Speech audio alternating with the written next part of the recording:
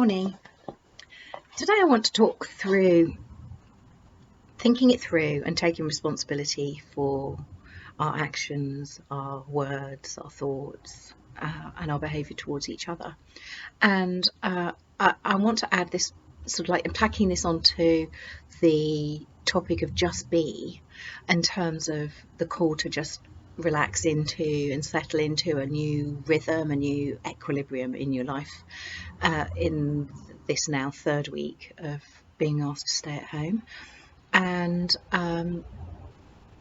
in the process of just being, we can sometimes forget who we are and what we are.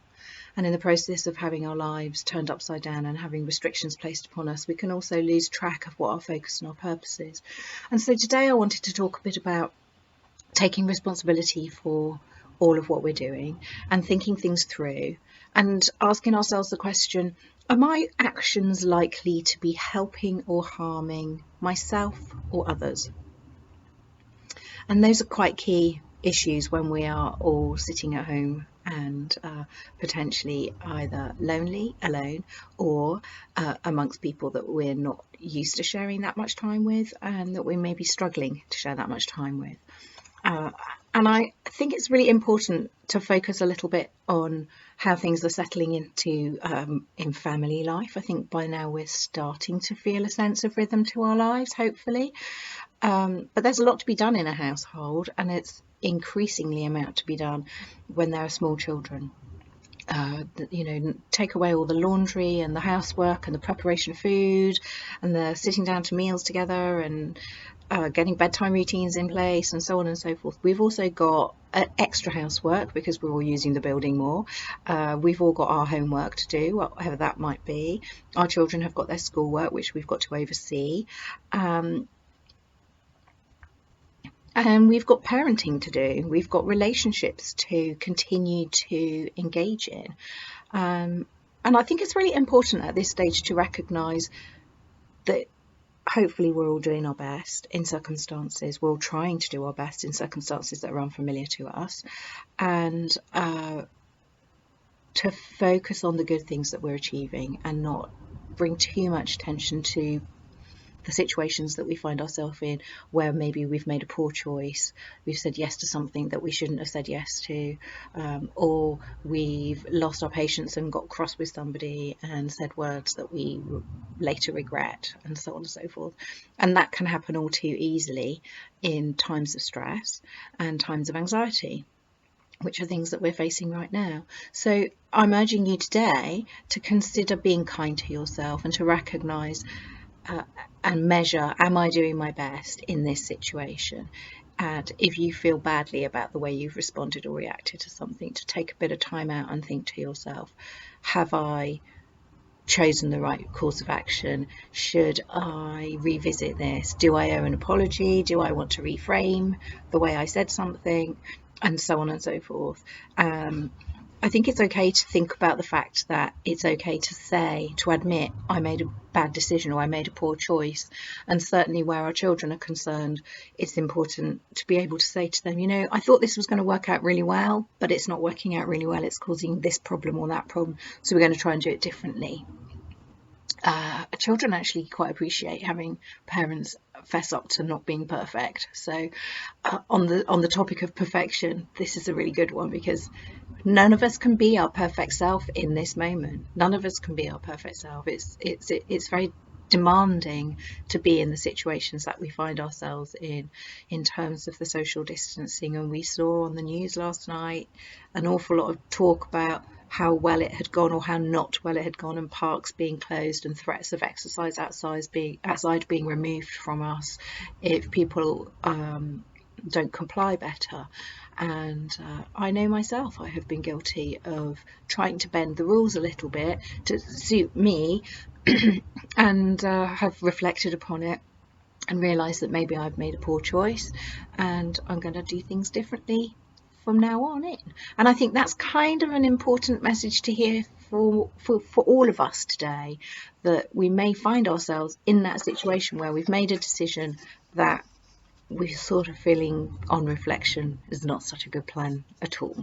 So I want to say it's okay to not get everything right, and it's okay to make mistakes, and it's okay to have to apologize, and it's humbling to apologize, but it's really rewarding in your internal self to have done that.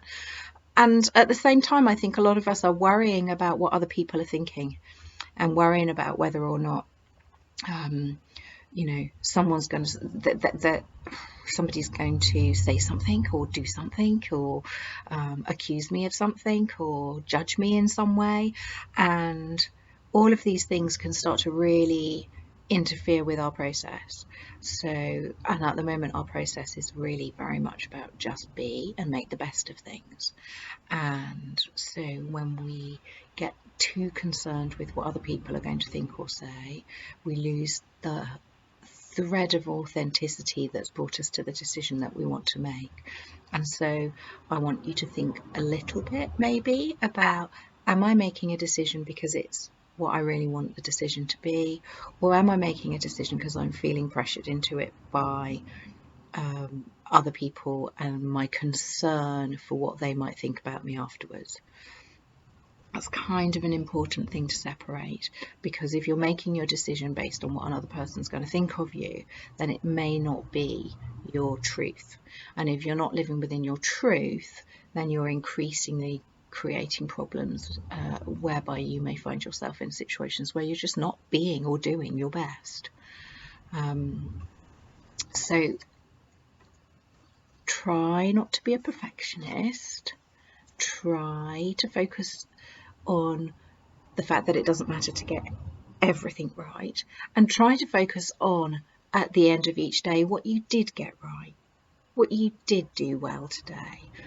Have you connected with people via the telephone, via Skype, via WhatsApp, whatever? Have you sat down and spent time with your children, your teenagers? Have you engaged with them? Have you made physical contact with them? Have you talked about their thoughts and feelings and given them an opportunity to be listened and to be heard, and to have their frustrations about not seeing their friends, about having to go to their bedroom or the kitchen or the dining room to do their schoolwork instead of being a part of a number of a group, which is something that they're so familiar with and that is so an intrinsic part of our sense of belonging. Comes from the fact that we actually go and spend time within groups where we feel at home, and that's been taken away from a lot of us. So focusing on what you've done well, focusing on how you've communicated and connected with the outside world safely and well whilst maintaining your social distancing, and cutting yourself some slack, I say, for the mistakes that you have made, for the slips of the tongue or the failings that have occurred. Just be gentle with yourself and be kind and be patient with yourself and with each other. And I hope that's helpful, and I hope you have a good day. If you've got any questions that you'd like to ask, if you've got any topics that you'd like me to talk about, then please feel free to post a message or private message me on Facebook or Instagram, and I'll be happy to respond. Thank you. Bye.